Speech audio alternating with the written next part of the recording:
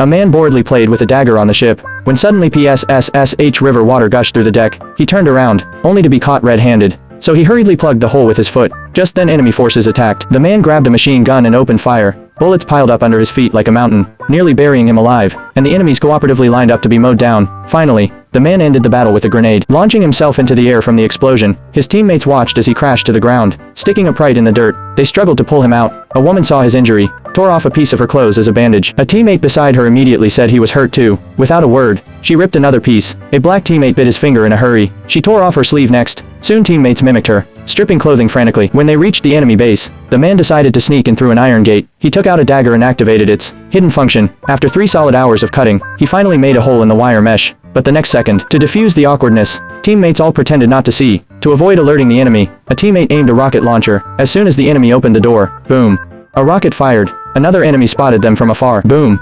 Another blast. The woman took out a sniper rifle with 8x scope, manually focusing with ruthless precision. But the protagonist stole the show. He aimed and fired repeatedly. 10 arrows missed entirely. When his quiver ran empty and enemies noticed him, he grabbed a rooster from the ground, knocked an arrow. Thwap.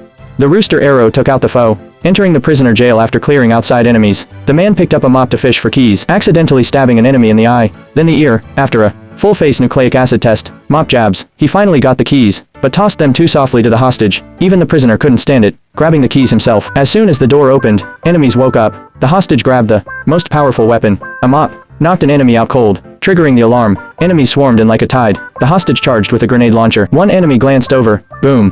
Turned to meet paste stuck on the wall. The man rescued other hostages in the chaos, following the base map to the enemy leader's lair. A guard blocked his path. They shot at each other for 10 minutes, neither hitting. Furious, the man cheated, activating aim, but enemies dropped like flies, bodies piling high. When ammo ran out, he threw empty casings, finally hitting the lair. But upon entering, enemies held him at gunpoint. He reluctantly dropped his weapon. Before the villain finished monologuing, they drew swords for a duel. Fighting up the stairs, the man slashed a candle, which remained intact, while his sword.